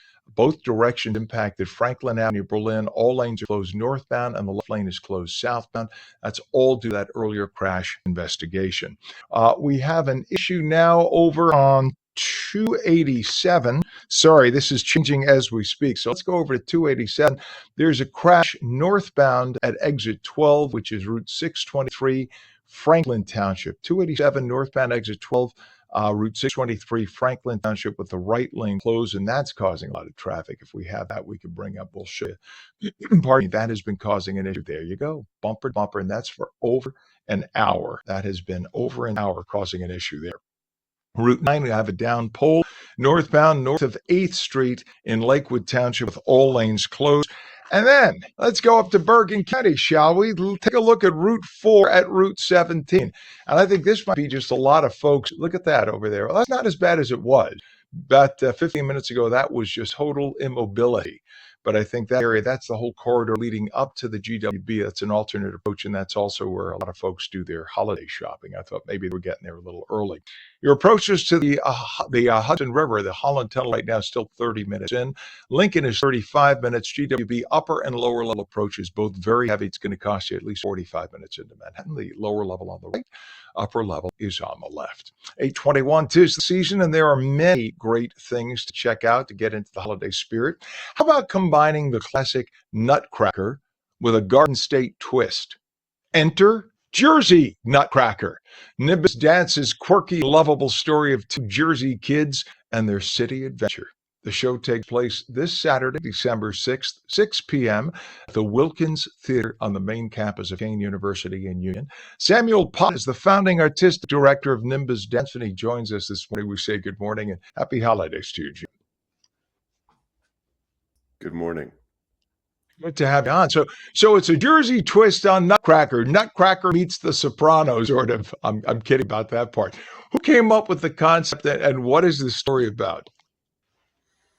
Yeah, so for many people, Nutcracker is synonymous with classical ballet and the Sugar Plum Fairy, and for some people, going to Lincoln Center to see their first exposure to ballet. And we about 13 years ago, we decided that we would take on a kind of our own version of this Tchaikovsky classic and tell a story about two kids in New Jersey and kind of set free, running through the streets and having this amazing adventure that revolves around discovering a nutcracker. It's all inhabited by characters that you might meet in New Jersey. So it's an adaptation of kind of the classic story, which takes place back in the 1800s in Germany, and in a way is removed from the reality of current day kids growing up in New Jersey. So that's the background of this production. And it will run at Kane University this weekend, December 6th, as well as at ONNJ PAC on December 12th and 13th, and then in Jersey City at the Nimbus Arts Center from December 19th through 23rd. Terrific. And how do you tell the story of the Jersey Nutcracker while keeping the theme of the holidays and kind of keeping the Tchaikovsky in it? So that must have been a delicate balance to maintain. It was a lot of fun. Many people are familiar with this music, and if you hear the name Tchaikovsky and it doesn't ring a bell, once you hear the music, you will instantly recognize it because it's usually what's played in all shopping malls. Ding, ding, ding, Yeah. ding, ding, ding, ding, ding. I'm sorry, we can't play it because of copyright, but yes, I'm giving you the little hum of it right there. There you go. Yeah, that's the Sugar Plum Fairy pas de deux. So we came up with this story. I was working with Alicia Souter, who's a wonderful theater director and playwright based out of Elizabeth, New Jersey, and we came up with a concept about two kids, one rich and one poor, but they're best friends, and they get together right before the holidays to kind of have this adventure in the downtown area of their town, and they run through the streets. The streets come alive, and they discover Nutcracker, and then some bullies come and try to steal it from them. There is they eventually make their way back to the tree lighting and the mayor's speech. There's kind of a very curmudgeonly kind of corrupt mayor who gives a speech which kind of doesn't go well, and eventually the kids are transported through a magical manhole cover to a vision of what their dark and dreary city might one day become. And it's a city where people dance and people celebrate each other, and And so it's kind of a way of tying together the elements of the original Tchaikovsky ballet, which revolved around toys coming to life and childhood imagination um, and this kind of magical escape to how we could entwine those same elements into a story that takes place right here in New Jersey.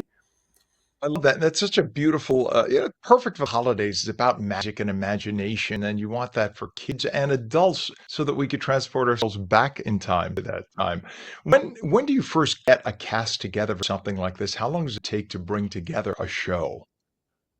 Yeah, well, we've been rehearsing this on and off all fall. We have it's performed by our company of professional dancers, which consists of 16 kind of full-time professional dancers. Many of them have been with Nimbus Dance for years. Um, but then they are joined by casts of many youth performers of multiple ages.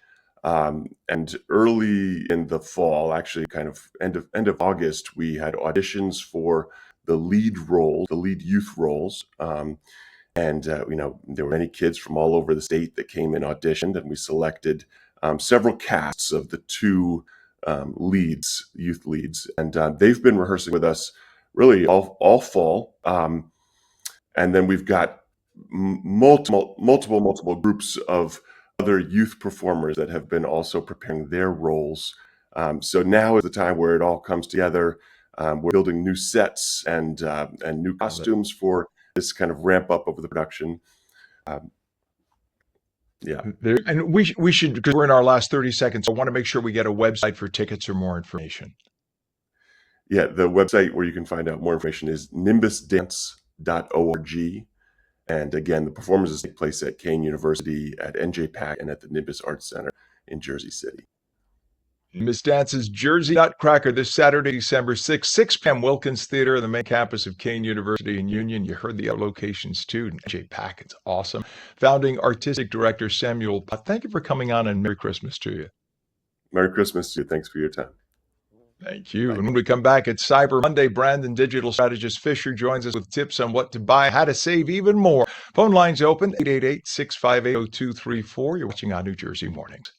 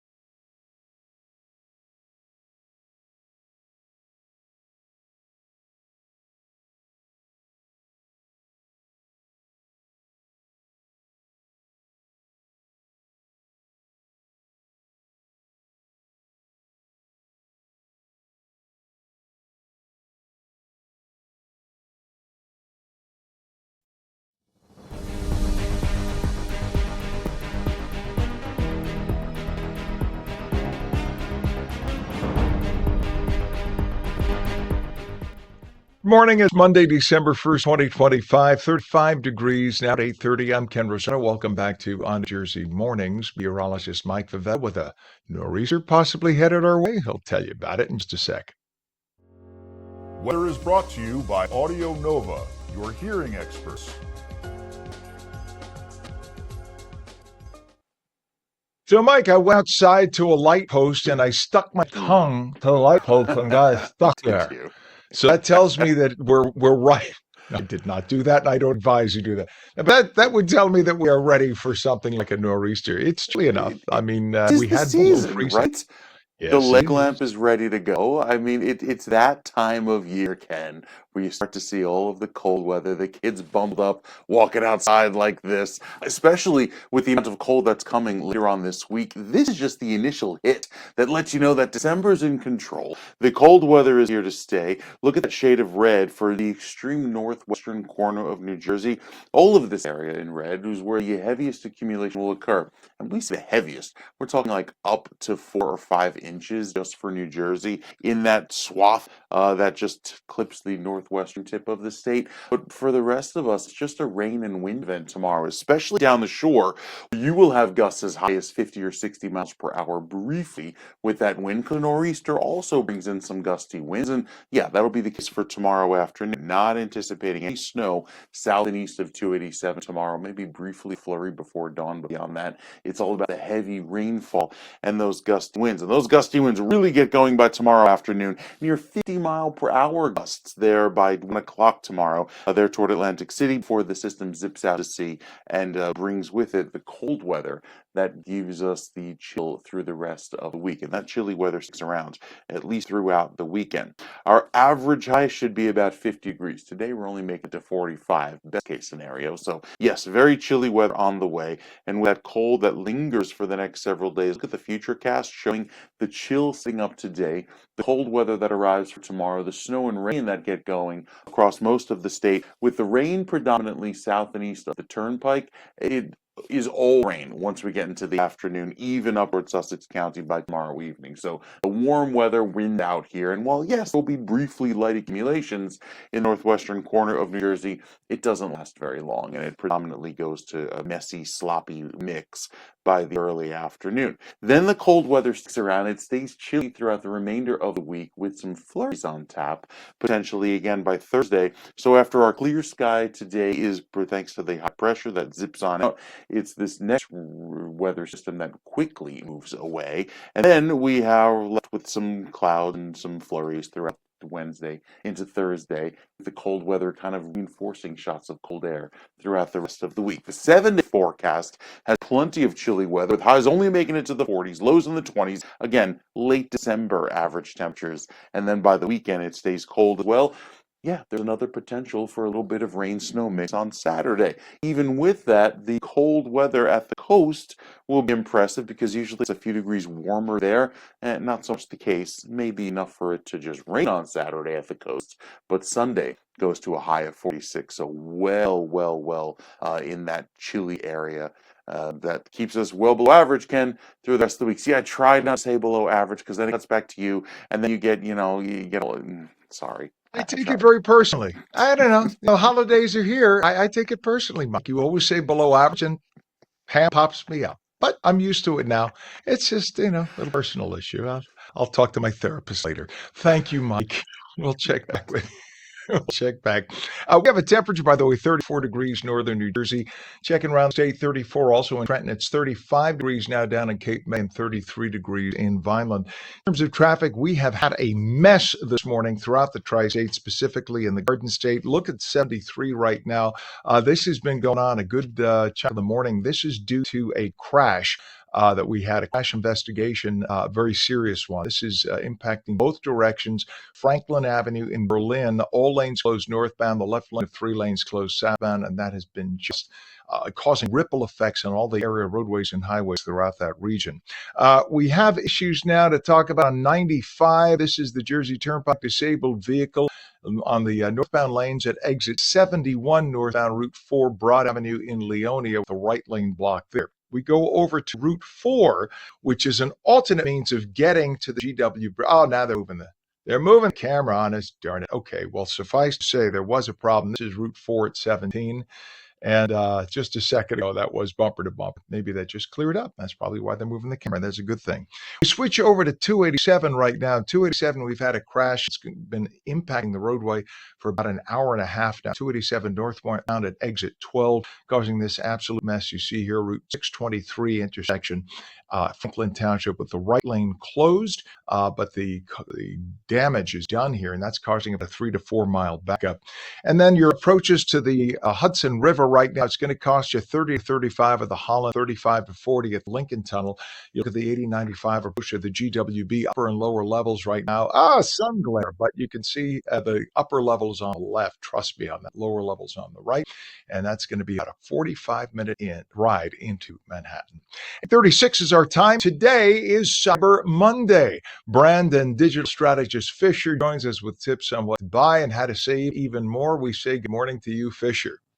How are you? I'm good. A lot of traffic. I'm glad I'm driving right now. What an No absolute. kidding. And there are about 20 roads I didn't even mention. We couldn't even get to it.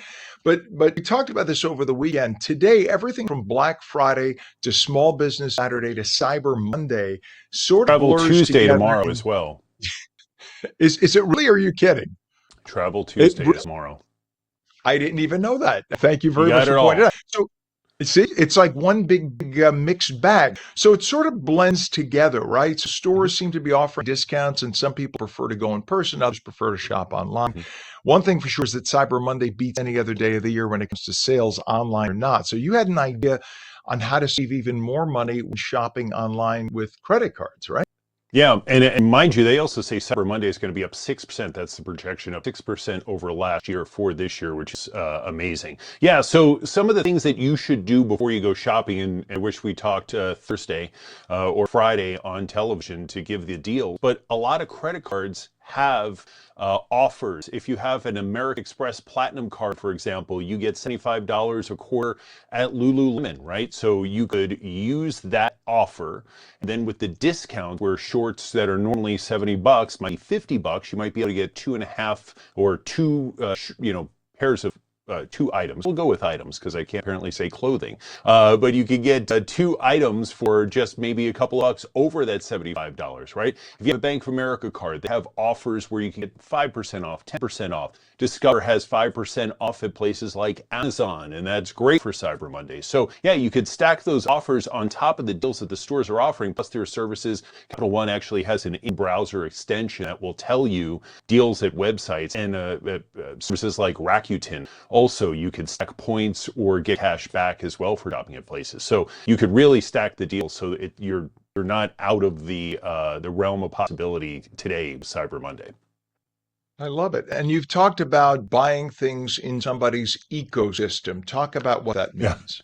Because I'm a snob, this is really important to me. But if you hear your friends or your family at home saying, hey, Alexa, or I can't say the others, but you get it. If you have Google at home, you have Apple, Siri at home, you have all the other devices. Try to think, if you're buying a gift, think about the ecosystem that your friend or your family member is bringing that gift into. If it's electronics, obviously. Clothing, Lululemon doesn't have any integration into Amazon Echo at this point. But yes, if you're getting them a TV or a watch or a tablet, know what their ecosystem is, because it's easier for them to integrate it, and also it just keeps from having to return a gift. If you're someone like me who I am an Apple household, and you get me something that's compatible with Alexa, it might be silently returned. So you're saying that I should avoid Samsung, stay away from the Samsung for Fisher. Below average. That's the term that I would go with. You are so mean. You are so mean. Mike told me to do it. Listen, we Samsung people love our Samsung. So just Samsung is great, and they have great deals if you go directly to Samsung.com. And obviously, if you're thinking about a phone or a watch, going to Verizon, AT&T, and T-Mobile, Samsung and Android devices have great deals, as well as Apple. So yeah, you could get great deals on tablets and watches and the whole nine. Now, that's definitely some things to be. Those are some things to be looking for Cyber Monday. What are some other things in general? In the vagary, if someone is looking for a bigger item today, what are things they should be looking for to save on Cyber Monday? Well, you can still get deals at Target. Apple AirPods Pro 3, which are normally $249, are on sale for $219. Walmart and Amazon still offering deals on the regular AirPod 4.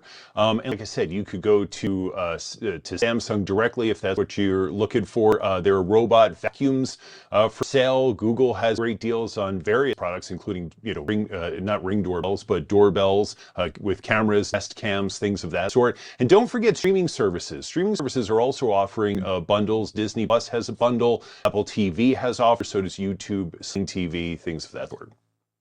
Yeah, that's exciting. I did see that. I noticed my old stomping grounds Disney for Disney Plus and Hulu. Mm-hmm. Instead of like And ESPN, $9.99, yeah. it's $4.99. ESPN, like, that's all part of the whole Disney family, and you could save a lot of. When I used to work for the company, we used to get some deals, but we don't get that anymore. Being the outsider, but it's still great stuff. So with lots of great product on Hulu and Disney Plus and ESPN.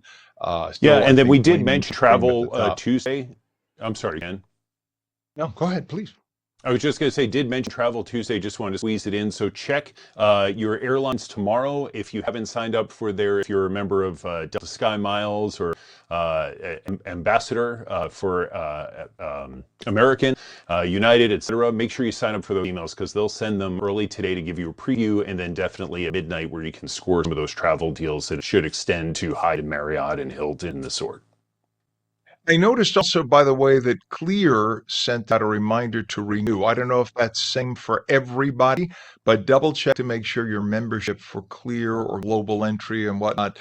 'Tis the season, right? The end of the year. Just make sure that you renew because you don't want to get to the airport and find out that, oh, you mean You I'm don't not have it. active on the Yeah. system anymore? Right. Just double Yeah, check and because so keep in many mind, people just have that auto renew. a lot of credit cards also have deals. You might be able to get Clear service comped through your American Express card or whatever card that you might have is in addition to Global Entry. And keep in mind, you get Global Entry, you do have pre-check with that. So that You would got be it. a good opportunity as well. Brand and digital strategist Fisher, found on X and Threads with username @Fisher and through his website, fisher.media. Thank you, sir, for joining us. Thanks, Ken. You bet. It is 34 degrees, 8:43. When we come back, we'll talk to author Elaine Hume-Peake about a series of historical fiction novels that'll bring World War II to life. Sunshine, then cloudy later, breezy and chilly, highs upper 30s, and a nor'easter coming tomorrow. You're watching On New Jersey Mornings. Back in a minute.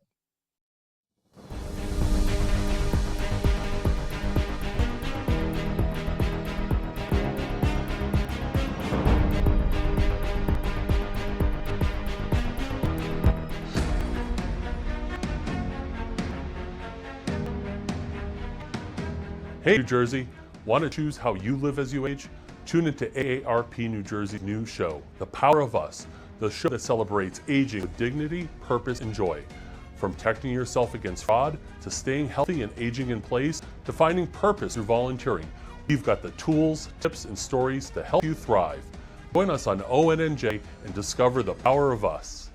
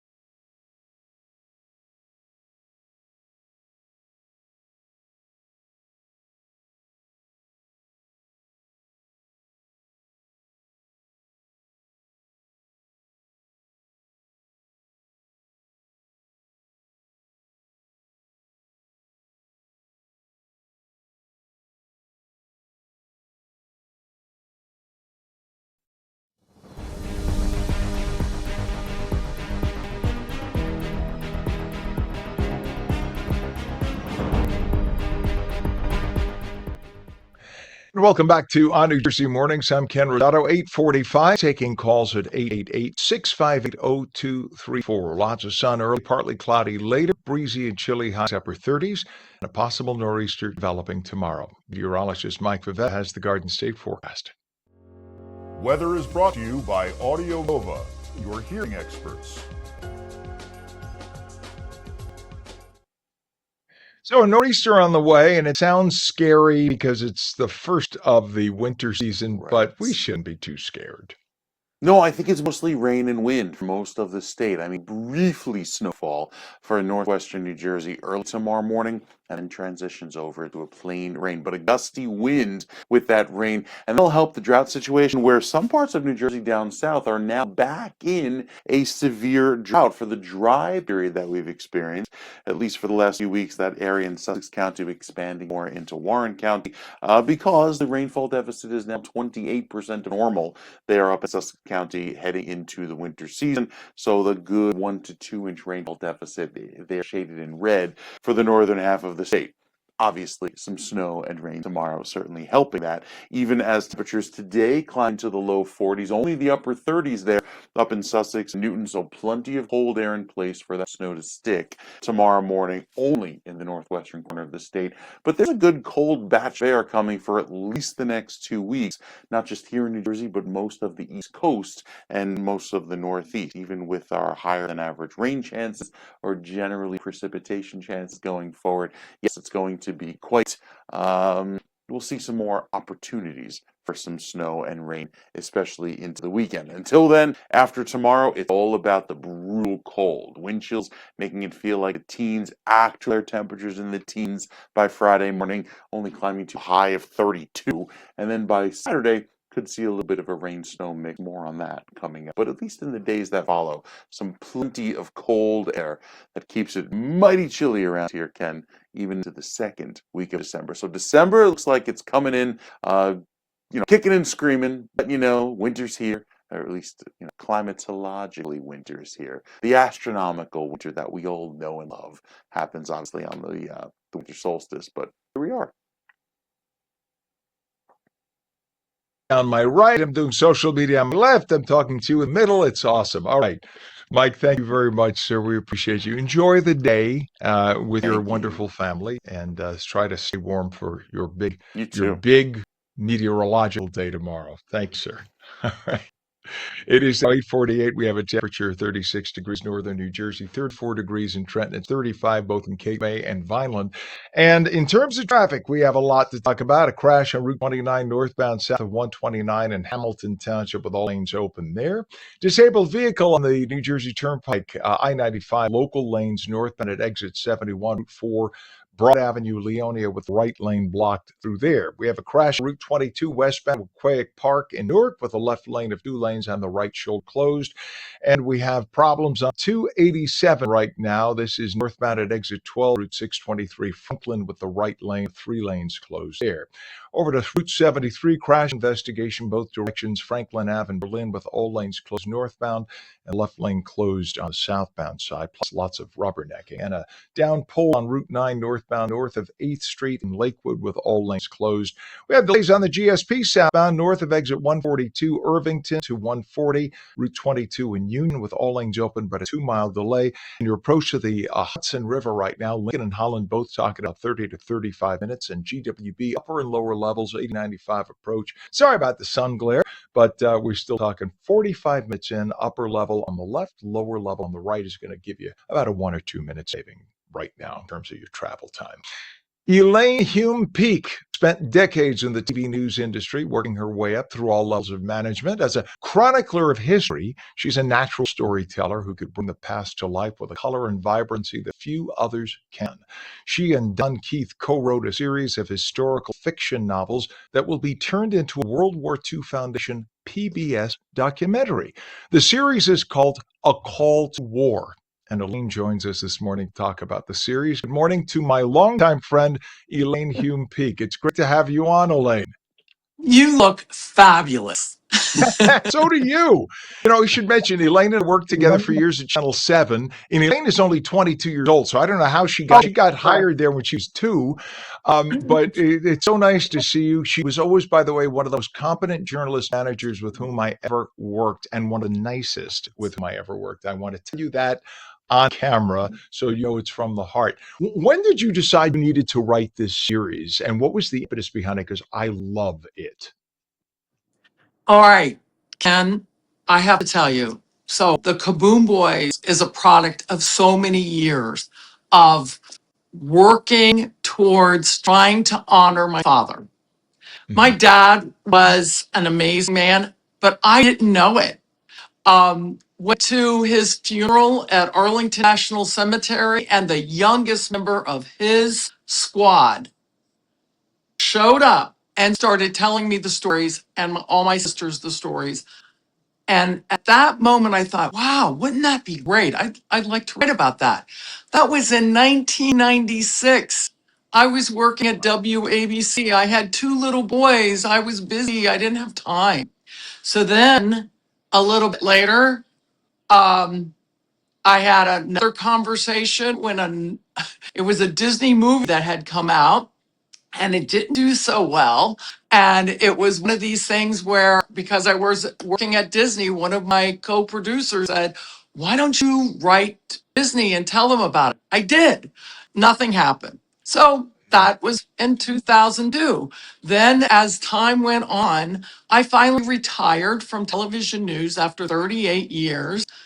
And I said, what am I going to do with myself? And I realized, wait a second, I've got this story. So I started writing the story. And that was in 2016 is when I really started writing. I wrote a movie script and it was ready in 2019. It was the Kaboom Boys. And then in March of 2021, during COVID, a 96-year-old woman who was French. She's no longer with us now. She died in her 100th year. Mm. She contacted me on LinkedIn, started telling Wow. me all the stories about my father. You know, And that's I'm how going to just this. interrupt a second. Pam, I think we have that. You have a picture of a lady and a young man holding a picture in each hands. I think that was one of the ones I gave you. I don't know if you have it up. We may or may not. Sometimes we do this in the middle of the night. You know the deal, Elaine. It's all in the Oh, middle of the I night know. prepping. Don't worry. So we I may can have it. She'll describe will her look to for it. you. There it is. Oh no, that's not it. It Oh, should be. oh, It's an that's old. when, okay, It's that is when we were at Penn Station last month. Amazon decided to put the cover of this book because it was doing so well at Penn Station. They put the book up. There it is. There's the I Empire love it. State Building. A full week. I didn't Oh my ask for it. They God. just said, hey, it's doing really well. Let's do this. And it was up there for a full week and it was amazing. So when we heard about that, we said, we're coming. So we went up to Just see so it. So it was. So people, that's beyond mind blowing to see that. And just so the people know, your dad did bomb disposal, Yeah. right? So he used to risk his life. He used to go up to anyone else would run like that, run for the hill. Your Right. dad volunteered. Why the hell would he volunteer to go disarm bombs? And that is the number one question people have about people who do this. I am going tomorrow to a summit. It's the United States Bomb Technicians Association. They're all the top bomb disposal people in the country who are military and civilian. There are about 8,000 of them, and I'm going there tomorrow. Ken, it is amazing to have been embraced by this community, and they love this book. I have to be honest; they're not at all thrilled with the Hurt Locker, because those guys in the Hurt Locker were very edgy. These guys are calm. They have a Zen-like sense about them. They know that they are going to get this done. They're very confident. So I have grown to just appreciate everything. And I didn't know any of this when I was a kid. I didn't know any of this until the funeral at Arlington National Cemetery, where my father is buried beside my mother. So This must have it's a been very pretty amazing thing. therapeutic for you. Was it therapeutic for you, Lane, to Yeah. be able to talk about your Oh, dad and look into him? when I started writing it, I was crying and crying and Yeah. crying. But now he's a character. He would be 110 in March. Wow. So Wow. you got to understand, this guy he was one of the old guys, and he had a 4F. He was classified as unfit to serve, but he was determined because he came from poverty. He came from nothing. He was, through the Great Depression, all of this. And Ken, there are people today who face the same thing, and there are options. And my dad decided, I'm going to join. And like I said, he did not have to join. He did. And he had the adventure of his life. And that's what I tried to do with the Kaboom Boys. There he is. There's my For dad. those who, God rest his soul, for those who don't realize, he was only what, 20, 21 there? It's a kid. And No. people who Okay. did that, go ahead. He was one of the older guys. He was Okay. 25 when he joined. Oh, old But man. the young guy, the youngest member of his squad, Ken, is the one who told me the stories at his funeral. Oh, Oh my God. that's at Fort Lee. I was there just last month. So I've been doing, that's at the Pentagon.